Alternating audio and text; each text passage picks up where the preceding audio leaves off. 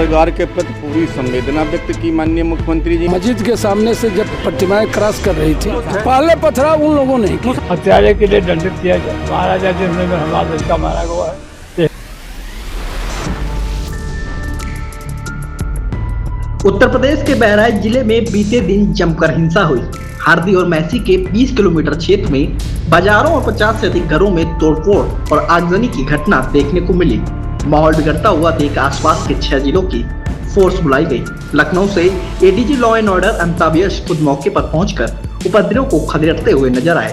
फिलहाल मंगलवार को शांति बनी हुई है, हालांकि चारों ओर तनाव का माहौल अभी भी बना हुआ है, जिसे देखते हुए कई इलाकों में आरएएफ, पीएसी और पुलिस बल तैनात है। वहीं अफवाहों को रोकने के लिए जिले में 16 अक्टूबर तक इंटरनेट बंद कर दिया गया है। पुलिस गश्त बढ़ा दी गई है और पुलिस की गाड़ियां लगातार इलाकों में घूम रही हैं। वहीं प्रभावित इलाकों में आधार कार्ड देखकर ही लोगों को एंट्री दी जा रही है। इसी बीच हिंसा में मारे गए रामगोपाल के परिजन राजधानी लखनऊ पहुंचे, जहां उनके परिजनों ने उत्तर प्रदेश के मुख्यमंत्री योगी आदित्यनाथ से मुलाकात की। इस दौरान उनके साथ महसी विधायक सुरेश्वर सिंह भी मौजूद रहे। मुलाकात के दौरान सीएम योगी ने परिजनों के साथ हर संभव मदद करने का आश्वासन दिया, साथ ही आरोपियों के खिलाफ कार्रवाई करने के भी निर्देश दिए। सीएम योगी से मुलाकात करने से पहले रामगोपाल के पिता कैलाश चंद्र मिश्रा ने कहा कि उनके बेटे की दर्दनाक हत्या की गई है। ऐसे में सीएम योगी से हत्यारों के एनकाउंटर की मांग करेंगे। इससे पहले मृतक की पत्नी रोली मिश्रा ने भी खून के बदले खून की मांग करते हुए एनकाउंटर करने की मांग उठाई थी। करके हमको मांगे जो नहीं हुए हैं कि हम उनसे मुलाकात कर पाए, अपनी दाद फरियाद कहा जो उनका तकलीफ है, हमारा लड़का मारा गया है, उसके विषय में हाल कुछ समझ में आई तो उनका हाँ दुख कहा। जब तक कोई हमारे आत्मा वहाँ हुई तो उनसे कहा हत्यारे के लिए क्या, हत्यारे के लिए दंडित किया जाए।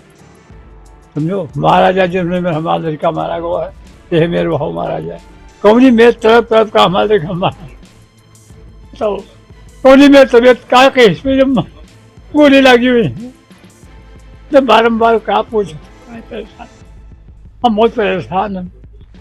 समझो, हम कहा कही दी के विषय में कथा ज्यादा से ज्यादा हमारे आत्मा के अंदर दुख बोलो, ये काम चीज दिखाई ना सके आत्मा अपना।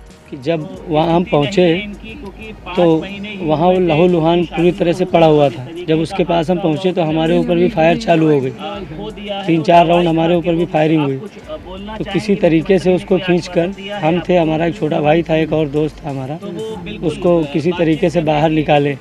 बाहर निकाल कर जब लाए तो प्रशासन के पास कोई गाड़ी भी नहीं थी जो हमें गाड़ी दे दे। कहीं प्रशासन वहाँ सुनने वाला नहीं था। जो आश्वासन सीएम साहब ने दिया है वो सही है। उन्होंने कहा है कड़ी कार्रवाई की जाएगी और इस पर हम तुरंत एक्शन लेंगे। तो कार्रवाई तो शायद चल रही है और जो हमें चाहिए था, जो आश्वासन चाहिए था, उन्होंने दिया।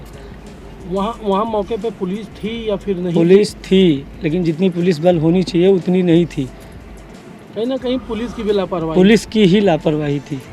वहाँ के जो सीओ साहब थे हमारे थाने की, उनकी ही लापरवाही थी। यस सोहर्दी, अगर उनकी लापरवाही नहीं होती, जब वो इलाका प्रबाधित है, संवेदनशील था, तो वहाँ उन्हें इतनी फोर्स रखनी चाहिए थी कि शायद कोई, जब वहाँ पर घटना शुरू हुई, उग्रवादियों ने वायर खींचा या पथराव किया, तो पहले उनको रोकना चाहिए था, उनको अरेस्ट करना चाहिए था, तो कोई विवाद ही नहीं होता। जब हम लोगों ने कुछ कहा भी नहीं, वैसे भी हम लोगों पर लाठीचार्ज करवा दी गई। उसी लाठीचार्ज के दौरान ही उसको खींचकर अंदर ले जाया गया। वहीं परिजनों के साथ आए महसी विधायक सुरेश्वर सिंह ने बताया कि दुर्गा पूजा विसर्जन यात्रा शांतिपूर्वक निकल रही थी। जैसे ही यात्रा मस्जिद के सामने पहुंचती है तो मस्जिद के अंदर से मुस्लिमों ने पथराव करना शुरू कर दिया। इसके बाद समिति के लोग विरोध करने लगे। इसी बीच रामगोपाल एक घर पर चढ़कर झंडा लहराने लग गया, जिसके बाद लोग उसे पकड़कर घसीटते हुए घर के अंदर ले गए और बेरहमी से उसकी जान ले ली। मुख्यमंत्री जी से मुलाकात पीड़ित परिवार करने नहीं गया था। माननीय मुख्यमंत्री जी ने स्वयं पीड़ित परिवार को बुलाया था मुलाकात करने के लिए, और मुलाकात हुई। पीड़ित परिवार पहुंचा।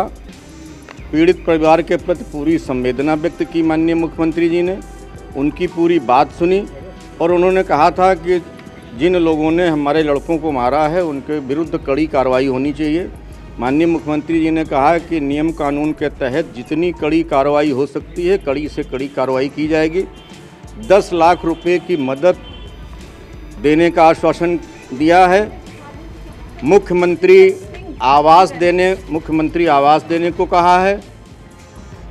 आयुष्मान भारत का कार्ड देने को कहा है और जितनी भी सरकारी सुविधाएं हैं जो गरीबों को मिल सकती हैं उन सुविधाओं को मुहैया कराने के लिए जिलाधिकारी को निर्देशित किया है। और उनकी पत्नी हाई स्कूल पास हैं, अगर उनके लायक कोई संविदा पे या ऐसी कोई नौकरी है तो उस पर भी विचार करने के लिए महाराज जी ने उस परिवार से कहा। थाने चौकी पे कार्रवाई हो चुकी है, अब कुछ उच्च अधिकारी भी हैं, जांच हो रही है। जैसे ही जांच रिपोर्ट पहुंचेगी, जो भी दोषी होगा, बड़े से बड़ा अधिकारी होगा, छोटे से छोटा कर्मचारी होगा, कोई भी ऐसा व्यक्ति नहीं छूटेगा कार्रवाई से जिसकी इसमें भूमिका रही हो। वो तो प्रथम दृष्टया इंस्पेक्टर और चौकी इंचार्ज की लापरवाही और सीओ की लापरवाही, उसमें से तुरंत इंस्पेक्टर और चौकी इंचार्ज उसी समय लाइन हाजिर कर दिए गए थे। जो शेष बचे हैं उन पर कार्रवाई जल्दी की। अब बहराइच की स्थिति कैसी है? बहराइच बिल्कुल नियंत्रण में है। कल रात से एक भी घटना बहराइच जनपद के अंदर नहीं हुई है। वहीं मंगलवार को बहराइच में पुलिस का फोकस अभी भी शांति व्यवस्था बनाए रखने पर है। वीडियो फुटेज के आधार पर पुलिस ने आगजनी करने वालों की पहचान शुरू कर दी है। ADG law and order Amitabh Yash समेत सीनियर पुलिस अधिकारी अभी भी बहराइच में डेरा डाले हुए हैं। जिन जिन लोगों ने उपद्रव मचाया है उनकी शिनाख्त की जा रही है। उनके खिलाफ सख्त कार्रवाई की भी तैयारी पूरी है।